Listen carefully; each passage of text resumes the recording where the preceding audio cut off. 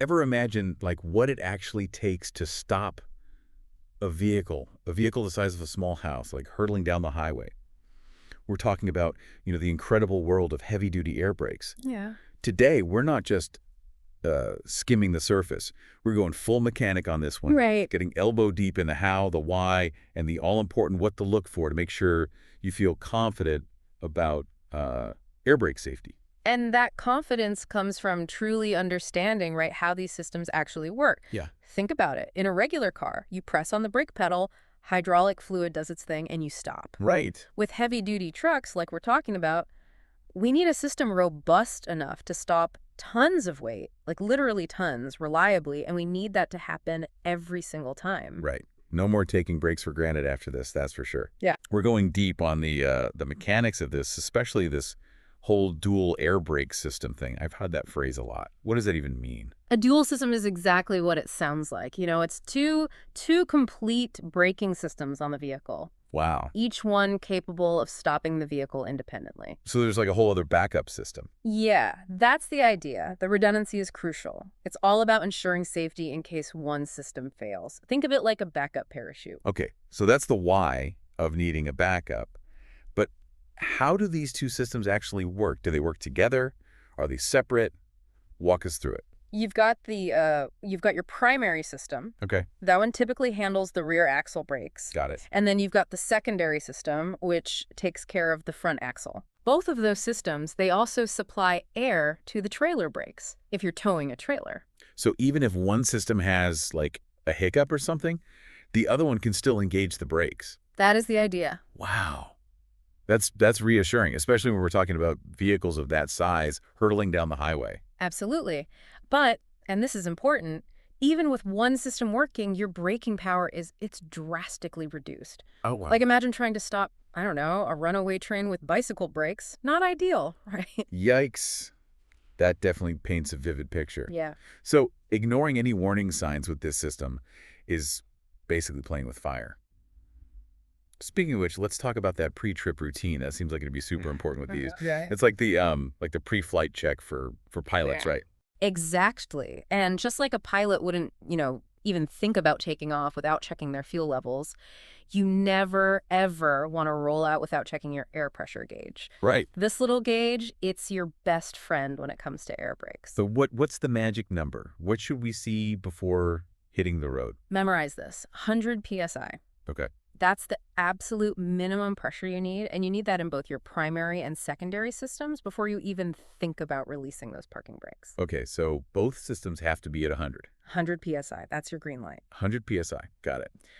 But what if, let's say, we're running a bit low on air pressure? Are there any, like, warning lights or anything that we should be on the lookout for? Yeah, so there's this thing called the low pressure warning signal. It's usually a light on your dashboard and a buzzer. Sometimes it's a pretty insistent buzzer. Right. It's going to go off if the pressure drops below 60 psi. Okay.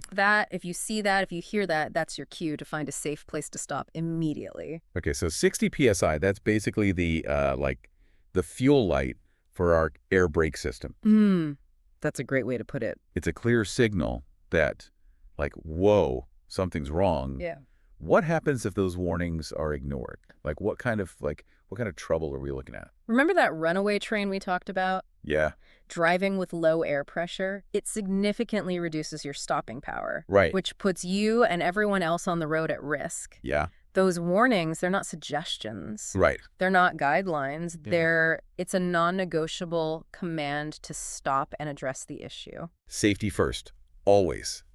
So we've covered the why of the dual systems and the, like, absolute importance of that air pressure gauge. Now, let's get into the nitty-gritty of, like, keeping those brakes in tip-top shape. What's the first thing we should look at on our air brake maintenance checklist? Every journey starts with a single step. Right. And in this case, it's that air compressor drive belt. Okay. If your compressor has one, that is, not all of them do, Okay. but this is often overlooked, but it is absolutely vital. It's just like, remembering to check the oil in your car. So the air compressor is like the heart of the system? Yes. And that belt keeps it pumping, right? That's a great way to think about it. Yeah, if that belt breaks, you lose air pressure, which means you lose your brakes. Talk about a bad day on the road. Yeah. What should we look for when we're actually inspecting the belt. Remember the 3 Ws: wear, looseness, and damage. So if that belt looks cracked, frayed, or feels too loose, it's time for a replacement. Okay. And trust me, it's a lot cheaper to replace a belt than it is to deal with the consequences of a failed compressor. That makes sense. So we've checked the heart of the system. Now it's time for a full-body checkup, right? Right. And this is where we get hands-on. Okay. We're talking about the 5-step walk-around inspection. Okay, so let's suit up, metaphorically, and get ready for our walk-around. Where do we start? One of the most critical components you'll want to check during this inspection is the slack adjuster. Okay. Specifically on S-cam brakes, those are pretty common on heavy-duty trucks. Slack adjusters. Those are those little guys we talked about that ensure your brakes are applying correctly, right? Exactly. But how do we actually know if they need adjusting? Before you get started, safety first, right? Right. So make sure you are parked on level ground, put on your gloves, chalk your wheels, and turn off those parking brakes. Okay. Then locate your slack adjusters, they're usually near the brake drums, and give each one a good firm pull. Okay, so gloves on, check. What are we looking for here? Excessive movement. If a slack adjuster moves more than about an inch, that's a telltale sign that it might be out of adjustment and needs some attention. And if we ignore those loose slack adjusters? It's like trying to stop your truck with a stretched out rubber band. Oh. You might get some braking power, but not nearly enough to stop safely. Out of adjustment brakes are a major culprit in roadside inspections, and they can turn like a minor issue into a major incident in a heartbeat. So regular checks and adjustments are key with those. Now, I've heard of automatic slack adjusters. Right. Do those need checking too, or are they like a set it and forget it kind of deal? They might sound like magic, but even automatic slack adjusters need a little TLC. While they do adjust themselves during full brake applications, you still want to check them regularly to ensure they're functioning correctly. Think of it like this. Even the most advanced robots need a bit of human supervision now and then. So no cutting corners, even with those fancy automatic ones. Right. Okay, slack adjusters checked. What's next on our walk-around inspection? We're moving on to the workhorses of the braking system, really the brake drums themselves. Okay. Or discs, if your vehicle uses those, along with the brake linings and the air hoses. So like the parts that actually do the stopping, Yeah. what kind of wear and tear should we watch out for? Think of it like this. Cracks in the brake drum, that's bad news. Yeah. Just like a cracked foundation in your Yeah. house, right? Right. You need to address those immediately. That's a visual I can definitely understand. What about those brake linings? Those are like the soles of your shoes. Okay. Worn down, cracked, covered in oil. They're not going to grip, and you'll lose stopping power. And just like you replace worn-out shoes, those linings need replacing too. Got it. No driving with bald brake linings. Right. What about those air hoses you mentioned? What's their role? Those hoses, they're like the arteries of your braking system. Okay. They're carrying pressurized air to actually engage the brakes. Right. Any cracks, cuts, signs of wear, it needs immediate attention. Remember, a chain is only as strong as its weakest link, and your braking system relies on every component working in perfect harmony. It's like this whole walk-around inspection. It's a lot like detective work, really. Yeah. Looking for any even subtle clues that something might be off. Precisely. And speaking of detective work, the final act in our 7-step air brake inspection is all about testing and making sure everything is in sync and ready to perform. Okay, let's wrap up this checkup with bang. Yeah. What tests are we talking about in this final act? With a fully charged system that's usually around 125 psi, we start by testing the low-pressure warning signal. Remember that 60 psi threshold we talked about? Yeah. This test makes sure that warning light and buzzer are actually doing their job, alerting you before it's too late. Like a safety net, right? Making sure those warnings are coming through loud and clear. Exactly. Next, we're going to check those automatic spring brakes. You can think of them as the emergency brakes of the air brake world. Got it. They should engage at the right pressure, and that'll be specified by the manufacturer. They're there to kind of like kick in if air pressure drops suddenly, prevents a complete loss of braking power. Okay, it's reassuring to know there's a backup plan in case of an air pressure emergency. Yeah. What else is on our testing checklist? We'll check the air pressure buildup rate. Okay. With the engine running, it should take about 45 seconds for the pressure to rise from 85 to 100 psi in a dual system. If it's taking a lot longer, it could be a problem with your air compressor, or you might have an air leak. So we're really looking for those Those subtle signs, those whispers that something might be amiss. Yeah. How about those air leaks? How do we sniff those out? This one's about using your senses. Okay. With the engine off and the parking brake released, listen carefully for any hissing sounds. Okay. And then run your hand along the air lines, feeling for any escaping air. Even a small leak can lead to big problems down the road. It's amazing how such a small leak can have such a big impact on, something as important as your brakes. Exactly. And then lastly, we're going to check the air compressor governor. You can think of this as the regulator of your air brake system. Got it. Make sure that the air pressure stays within a safe and operational range. How do we know if that governor is doing his job? We're going to check what's called the cut-in and cut-out pressure. Goodbye. The cut-in pressure, that's usually around 100 psi. That's when the compressor kicks in to build pressure. The cutout, that's around 125 psi. That's when it stops to prevent overpressurization. If those numbers are off, it might be time for a mechanic, an expert, to take a look. So like checking the vital signs of the compressor, making sure it's working in a healthy range. Exactly. These checks, they might seem small, but they provide huge insights into the health of your air brake system. Yeah, we've covered a lot of ground here. From those dual systems to the importance of pre-trip checks, it's clear that air brakes are far more complex than they seem from the driver's seat, that's for sure. And we're not done yet. We still need to discuss those final checks before hitting the road. The parking and service brakes, those are critical They're too. all connected, right? Yeah.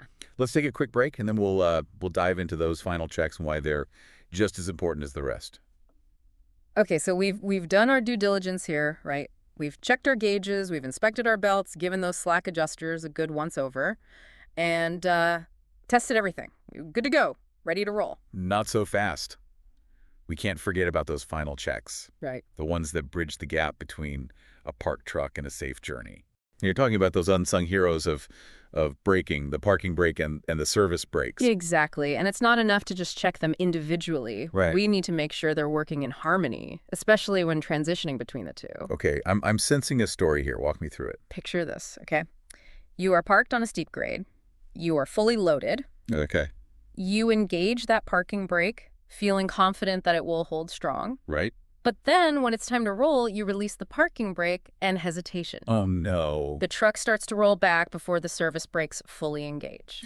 That is not a feeling I would want to experience, especially with, tons of weight behind me. Exactly. And that's why, we test that transition. Engine running, air pressure up, gently release the parking brake, and just feel for any lag, any hesitation before the service brakes take over. A tiny bit is normal, but anything excessive could mean a problem with the timing or adjustment of your brakes. So we're essentially like fine-tuning the handoff between these two braking systems, making sure it's smooth and controlled. Precisely. Any hiccup in that transition and, you risk a rollback, which on a steep incline, that could be bad news. Definitely not a risk worth taking, that's for sure. Okay, so we've checked those individual brakes and that crucial transition between them.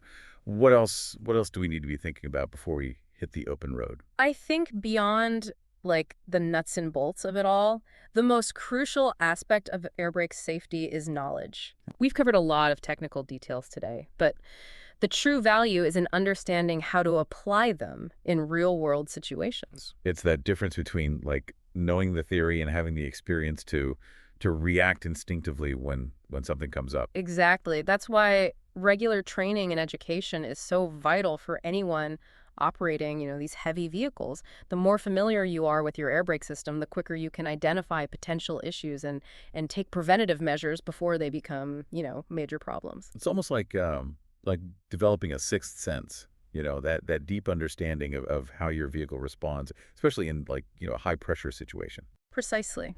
Recognizing those subtle cues, the slight changes in pressure or performance that might indicate a problem brewing. That awareness, that can be the difference between a close call and, a safe journey. Yeah, this deep dive it's been eye-opening, honestly. It's one thing to know that air brakes are important, right? But it's another thing entirely to grasp the level of detail and vigilance that's required to operate these vehicles safely. It's a responsibility that shouldn't be taken lightly. No. These trucks, they're essentially mobile machines. And like any complex machine, they require a skilled operator who understands the inner workings. We often talk about the importance of defensive driving and things like that, but this goes beyond that. It's about being being proactive. It's about anticipating potential issues before they even come up. Absolutely. It's about respecting the power of these vehicles and the systems that control them. Yeah. And that respect, it translates into a commitment to ongoing learning and meticulous maintenance. We've covered a lot of ground today, from those dual air brake systems to the importance of those final checks that you were just talking about. But before we apply the brakes to this part of our conversation, I think let's leave our listeners with a practical challenge here, something to really drive home the importance of these pre-trip inspections. I like where you're going with this, a little test to solidify those key takeaways. Exactly. So, listeners, imagine this. You are about to embark on a long-haul journey in a heavy-duty truck. Knowing what you now know of the importance of air brake safety, what are the 3 essential pre-trip checks that you absolutely would not skip? A great question to ponder as we shift gears and prepare for the final leg of our air brake deep dive. 3 essential pre-trip checks for a long-haul journey in a heavy-duty truck.